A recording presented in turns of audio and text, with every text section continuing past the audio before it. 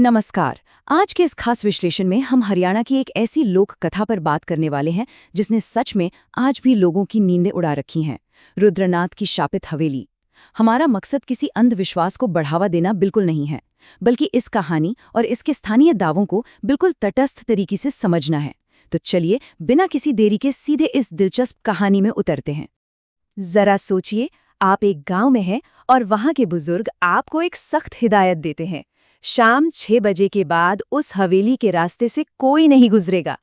ये कोई पुरानी किताब की लाइन नहीं है, बल्कि आज भी उस इलाके के लोग इसे कड़ाई से मानते हैं। ये सीधे तौर पर हमें एहसास दिलाता है कि उस हवेली का खौफ आज भी कितना ताज़ा है। आखिर एक आम सी हवेली में ऐसा क्या हुआ था जिसने इसे डर के इस प्रतीक में बदल दिया? अब यहाँ सबसे दिलचस्प बात आती है रुद्रनाथ की वो डबल लाइफ। मतलब बाहर की दुनिया के लिए वो एक बेहद पढ़े लिखे, सम्मानित और रईस जमींदार थे। दिन में बिल्कुल परफेक्ट इंसान, लेकिन बंद दरवाजों के पीछे की सच्चाई एकदम अलग थी। वो तंत्र मंत्र और गुप्त विद्याओं में बुरी तरह डूबे हुए थे।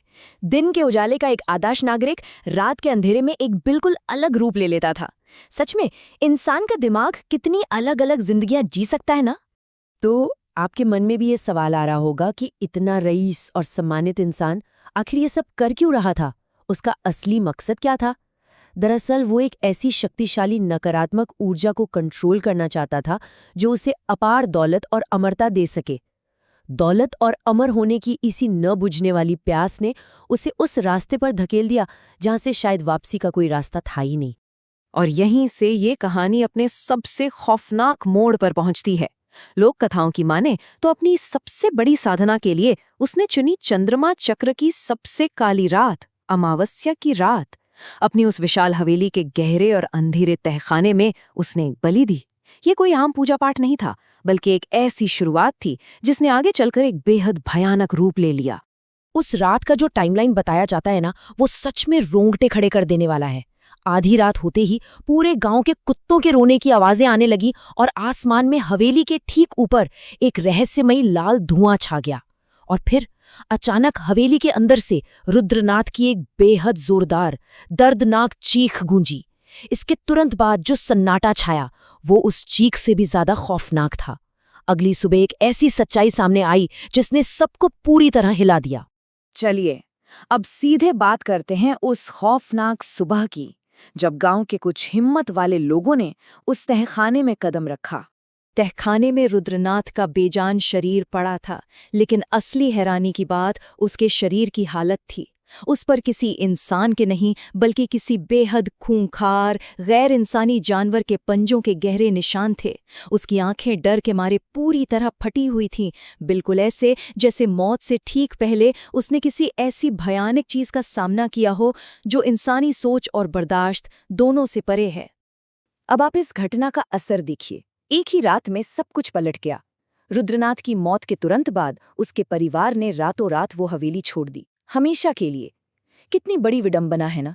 जो इंसान अमरता और अपार धन चाहता था, उसके पीछे क्या बचा? सिर्फ एक वीरान लावारिस खंडहर। एक ही झटके में एक रईस का घर खौफ का एक जीता जागता स्मारक बन गया। इतिहास के उन पन्नों से निकलकर अब जरा आज के समय पर नजर डालते हैं कि आखिर आज उस खंडहर को लेकर क्या दावे किए जाते हैं। आज भी इस जगह को लेकर कई अजीबोगरीब मान्यताएं और दावे किए जाते हैं। स्थानीय लोग बताते हैं कि रात के समय हवेली से भारी कदमों की आहट और रोने की आवाजें आती हैं।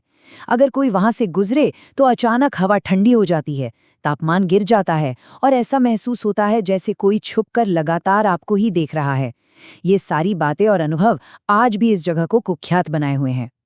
तो अंत में एक बहुत बड़ा सवाल हम सबके सामने रह जाता है, क्या सच में ये हवेली किसी नकारात्मक ऊर्जा का शिकार है, या फिर ये महज एक इंसान के अंतहीन लालच और अंधी सनक का एक खौफनाक स्मारक है?